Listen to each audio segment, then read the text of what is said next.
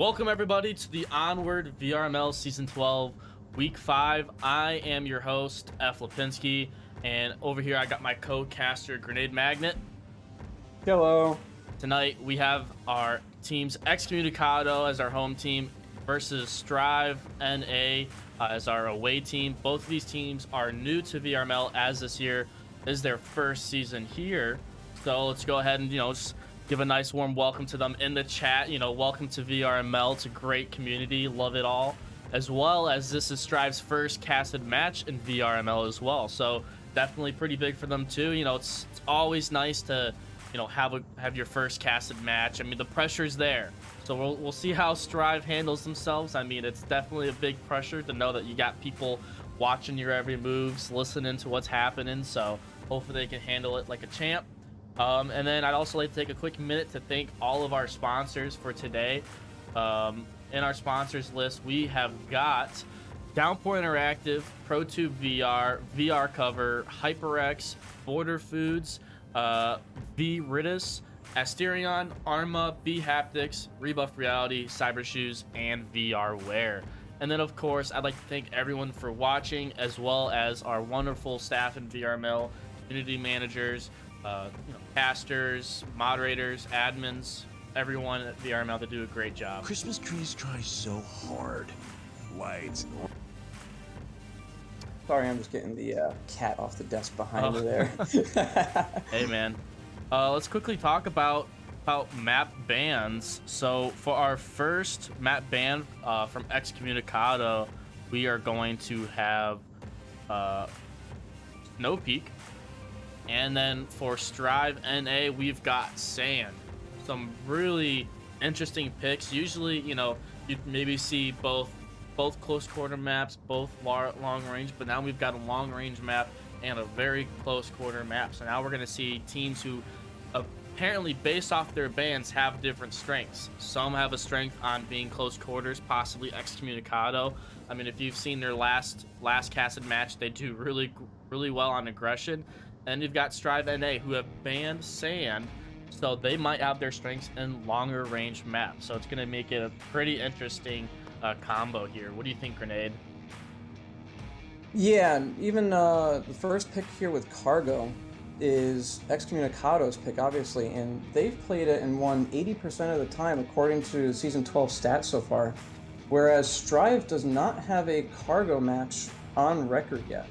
So this may be a play directly into their strengths in a close quarter environment compared to an unknown with STR1VE, but they do have a Snow Peak with 100% win for STR1VE here, so it probably was a direct, pointed effort at keeping everything at a closer pace. The other three maps that STR1VE has played has been USS Quest, Shipyard, and Subway. Okay. All of those have their close quarter encounters here. All right, interesting. So it'll be interesting. Yeah, and speaking of which, thank you for mentioning, we are playing Cargo as our first map. Not sure if you could hear the ambience in the background, a little bit of puffs of smoke. If you're a clever, investigator there, we are on Cargo, so it's a close quarter combat map. Excommunicado, we've seen them play before. We know that they are very quick, very aggressive, and they will try and go for that cap. So, the real question is, how is STR1VE going to handle this on the defense? This is a very, very difficult scenario for them. I mean, what are your predictions right now, STR1VE? What do you think is going to happen?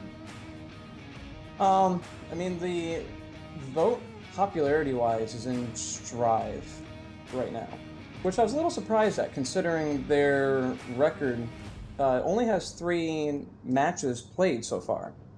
But we know Excommunicado can do some really sneaky things, getting directly in on the uplink based on the last cast there. And with that, we're going to pass back over to you because we're starting here. Yes, we are. We sure are. So let's go ahead and hop in onto map number 1's gameplay for round number 1 as well.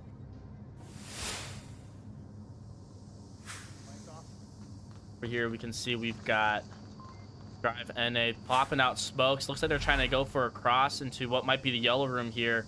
Toaster does take that position. Now that's a very tricky spot to really try and get someone out of, but A lot of smokes from Excommunicado. They're definitely putting in the pressure, pushing off one of the Volk players from those barrels.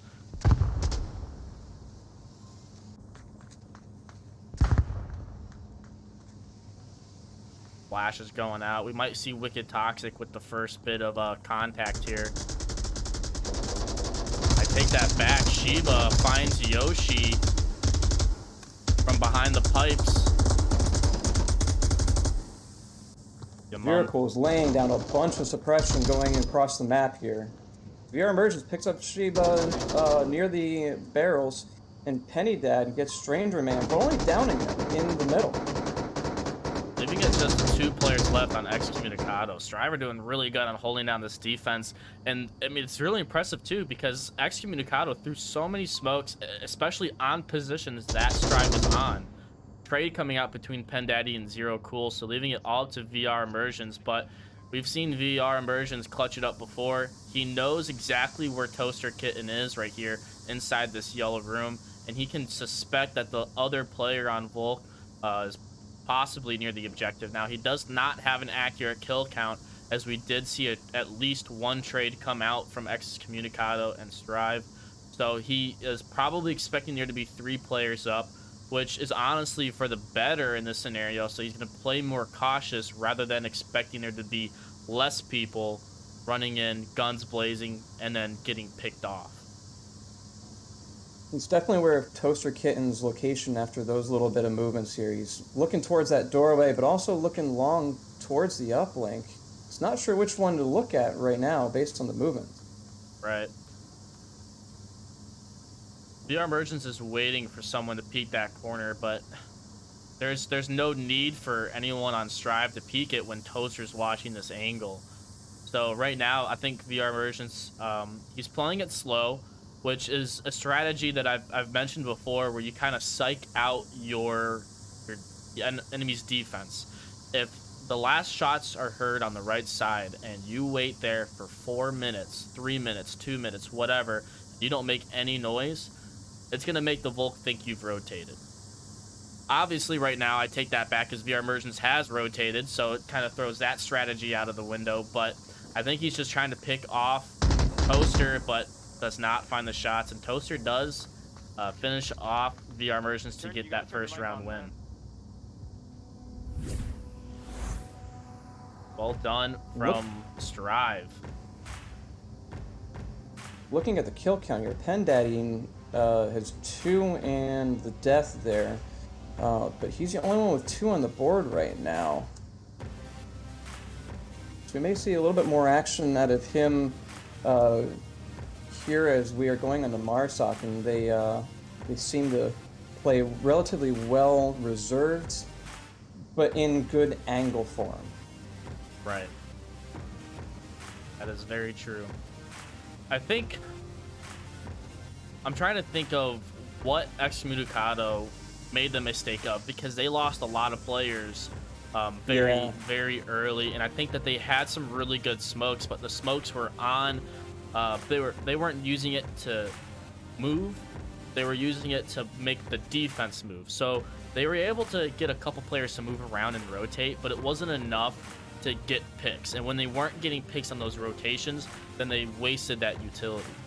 So instead, I think if Excommunicado used that smoke to maybe block an entire lane so that they could run through, even just running through that smoke, using it to smoke the right side or the left, if they want to use that much smoke, that would probably have maybe worked a little bit better. Or, of course, maybe the smoke's just landing a little bit more on more Volk players, getting more rotations out of them, getting those picks off. But overall, Strive just had a really good defense, and they used smokes right back in the beginning to get into that yellow room.